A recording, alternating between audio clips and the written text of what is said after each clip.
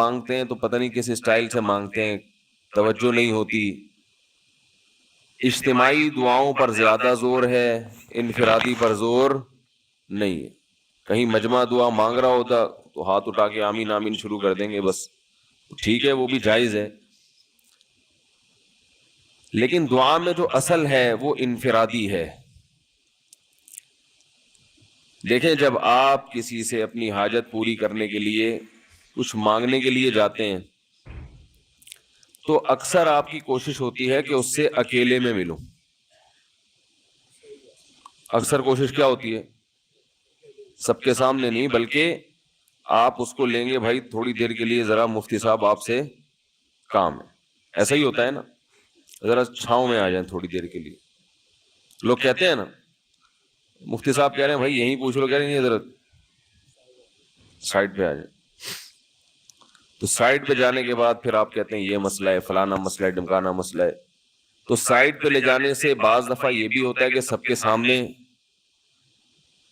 آدمی اپنی بات نہیں لانا چاہ رہا ہوتا، اور بعض دفعہ یہ بھی ہوتا ہے کہ میں اپنی بات توجہ کے ساتھ سنا سکوں.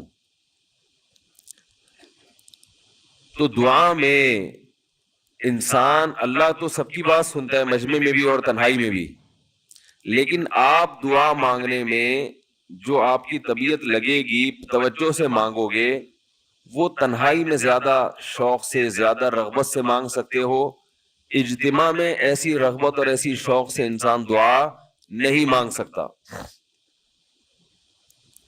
تو انفرادی دعائیں ہی ختم ہوتی جا رہی ہیں.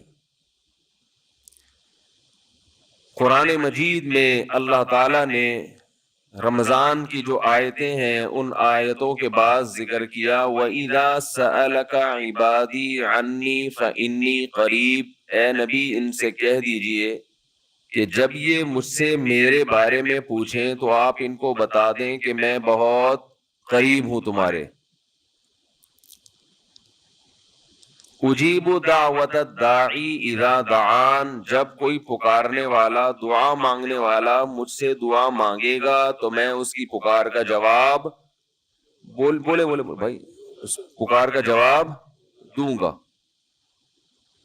پکار کا جواب دینے کا مطلب کیا ہوتا ہے؟ قبول کروں گا اس کی دعا. جواب کا یہ مطلب نہیں کہ اچھا میں نے سن لیا چلو. ایک جواب تو یہ بھی ہوتا ہے نا، اچھا اب چپ ہو جا. ہم کسی کو پکار رہے ہوں، اگلا کہتے ہیں اچھا بھائی ٹھیک ہے، پتہ چل گیا، اب چپ کر کے بیٹھ جاؤ آرام سے. تو اللہ تعالیٰ جب جواب دیتے ہیں تو کیا مطلب ہوتا ہے کہ اللہ تعالیٰ وہ دعا قبول کر رہے ہیں.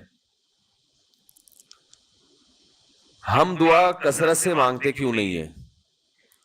اس کی وجہ یہ ہے کہ ہمارے ذہن میں ایک چیز شیطان نے بٹھا دی ہے کہ مانگو تب بھی ویسے کہ ویسے ہی ہے، نہیں مانگو تب بھی ویسے کہ ویسے. وہ فلاں آدمی تو نہیں مانگتا، وہ تو پھر بھی اس کی تنخواہ اچھی مل رہی ہے، اور میں تو کئی سالوں سے دعائیں مانگ رہا ہوں، اے اللہ میری تنخواہ ڈبل نہیں کر سکتا تو کم از کم 50% ہی بڑھا دے. تو میں تو وہیں کا وہیں ہوں، میری تنخواہ میں تو کوئی اضافہ ہو نہیں رہا.